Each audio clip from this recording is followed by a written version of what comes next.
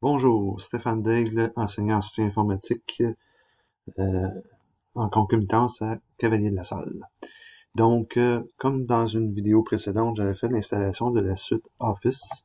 Maintenant, on va aller voir en fait comment est-ce qu'on peut aller modifier certains éléments ou applications au niveau de la suite Office.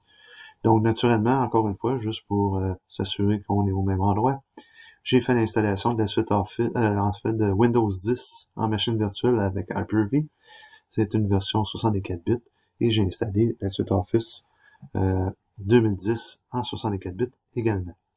Donc, je vais lancer ma machine virtuelle qui est déjà ici.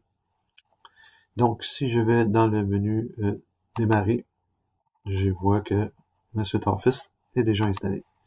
Je vais aller dans l'explorateur de Windows et voir que j'ai encore une fois mon lecteur DVD de la suite Office qui est là, qui est présent.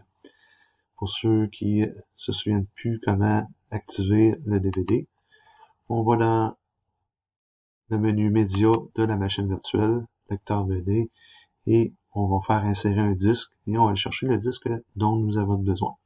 Ce que je ne ferai pas pour une deuxième fois. Donc, si je retourne à ma machine virtuelle, si je vais aller modifier maintenant des éléments ou des applications au niveau de ma machine ou de ma suite Office, donc ce que je peux faire, c'est aller encore une fois sur mon lecteur, je fais un double clic. Nous allons avoir l'autorisation de cette application pour lancer le setup. Je vais faire oui. Et là, il va détecter que j'ai une installation déjà de la suite Office. Donc, si je peux faire modifier votre installation, ou je peux réparer si jamais, pour une raison quelconque, votre suite Office ne fonctionne plus, je peux supprimer. Ce que ça va faire, c'est que ça va désinstaller, en fait, la suite Office. Ou sinon, je peux rentrer une clé de produit, si j'en ai une, qui est fournie, soit que vous l'avez acheté ou vous l'avez eu dans votre employeur. Donc, dans ce cas ici, je vais juste aller faire des ajouts de supprimer des composants. Je vais faire continuer. Donc, en fait, je pourrais aller, en fait, activer des choses ou je peux aller juste dans les options. Donc, si je prends Access, par exemple. Donc, je peux exécuter ce qui est généralement la configuration de la base, donc qui est exécutée à partir du disque dur. Sinon, tout exécuté à partir du disque dur. Sinon, j'ai installé lors de la première utilisation ou de la rendre non disponible. En fait, celui-là ici, installé lors de la première utilisation, c'est-à-dire que il va installer les fichiers, c'est-à-dire qu'il va copier les fichiers pour Access sur le disque dur, mais il ne ferait pas l'installation du logiciel. Donc, en faisant ça, il ne sera pas comme actif tant aussi longtemps qu'on ne décidera pas d'utiliser Access. La journée qu'on va avoir le goût ou le besoin d'utiliser Access, on va double-cliquer en fait sur l'icône Access et il va lancer l'installation de ce petit programme-là à ce moment-là. Donc, moi, personnellement, rarement utilisé. Généralement, je vais surtout m'en tenir au niveau de non disponible ou exécuté à partir du disque dur. C'est ce qui est assez générique. Donc, prenons par exemple que je veux décider que, en fin de compte, je vais utiliser Publisher.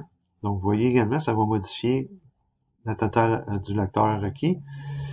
Sinon, ben, je vais aller, mettons que SharePoint va le faire justement avec installé lors de la première installation. Vous voyez que ça met un petit 1 à côté. Une fois que l'installation ou que je vais l'utiliser pour une première fois, ça va faire disparaître le petit 1 qui est à côté. Donc, des petites modifications que j'ai apportées. Sinon, je pourrais aller dans des outils de Office, entre autres ici. Si je clique sur le petit plus, je peux aller accéder à d'autres éléments ou désactiver certains autres éléments à l'intérieur de ça. Donc, si je vais dans Microsoft Graph ici, je pourrais décider que cet élément-là s'exécute à partir du disque dur ou je peux le rendre non disponible encore une fois. Donc, il y a plusieurs options ou paramètres au niveau de Office qu'on pourrait aller soit désactiver ou activer. S'ils ne sont pas activés, si je suspecte que j'essaie d'accéder à quelque chose qui ne fonctionne pas, ben c'est peut-être parce qu'il n'a pas été installé. Entre autres ici, j'ai des compléments de Access qui n'ont pas été installés. l'assistant de paquetage n'est pas installé. Donc, si j'en ai besoin, ben, je peux à ce moment-là aller l'exécuter pour qu'il s'installe. Donc, vous voyez que ça a enlevé le X rouge. Ici, on a, au niveau de la dépendance des services Access Business, il est activé seulement si on l'utilise. Même chose avec la connectivité ici. Donc, c'est des éléments qu'on peut ajouter, qu'on peut modifier si le besoin s'en fait ressentir. Donc, je vais faire continuer. Donc, en fait, il fait comme une installation ou une reconfiguration, si on pourrait dire, de la suite Office en y ajoutant les éléments qu'on vient de sélectionner ou de désélectionner. Donc, c'est sûr que ça va prendre un petit peu moins de temps qu'une installation complète de la suite Office.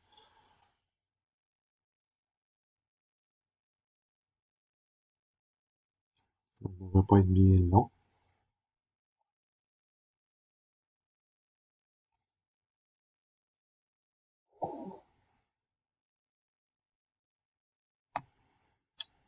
Et voilà. Donc, la configuration est terminée. Je vais faire fermer. Si je viens ici et que je descends, entre autres, dans le dossier Microsoft, vous voyez que c'est écrit nouveau. Donc, il y a des éléments nouveaux dans mon dossier. Donc, en fait, pas mal tout est nouveau, là. J'avais pas Publisher tantôt. Maintenant, je l'ai. Maintenant, SharePoint est maintenant disponible. Probablement dans Access, j'ai débloqué des outils, on ne pourra pas les voir directement, mais si j'ouvrirais Access et que j'irais rechercher des éléments que j'avais besoin, ils devraient être actifs également. Donc, c'est pas mal ça. Au niveau de cette configuration-là, c'est pas plus complexe que ça. Sur ce, je termine cette capsule vidéo et on se retrouve pour d'autres capsules bientôt disponibles. Merci.